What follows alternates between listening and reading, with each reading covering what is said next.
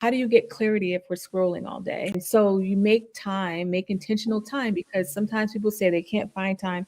And I'll tell them to, like, okay, take your phone out. Let's look at your screen time, see how long you've been on there. And people are shocked because it happens so mindlessly. Yeah. I just want to encourage people to be mindful and make time to be still so that you can feel and see what's going on with you. If you run your car 24/7, never, ram your engine, I mean your gas, eventually it's going to burn out, and that's what's happening with people. I think we have really good people that are burning out, and so you're fighting yourself with this Yeah. pause and this rest. But when you start this process, it's going to be hard, but that doesn't mean it's wrong, because um, your system has been programmed to think that that's what you're supposed to do all the time, and you can't. So know that you have power to pause. You just got to make time for stillness.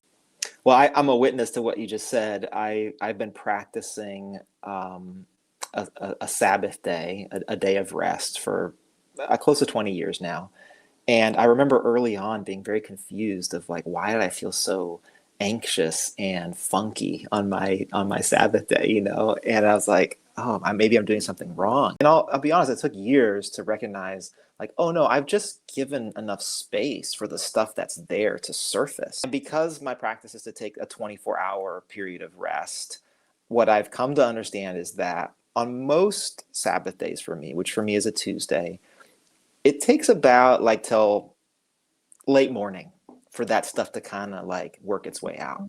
Yeah. And then the rest of the day, like I'm good. I remember I was like standing in my living room, like, man, I'm feeling off today, you know? And I was like, oh, it's Tuesday.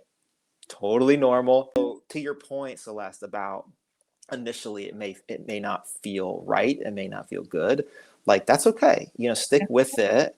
Allow that stuff to kind of get worked out in you, and your body will actually develop kind of new instincts and intuitions around this, where you'll be able to like almost welcome that, like, oh no, it's actually good that I recognize that I'm feeling anxious, and I just Yes. have been too busy to notice that. That's a good thing.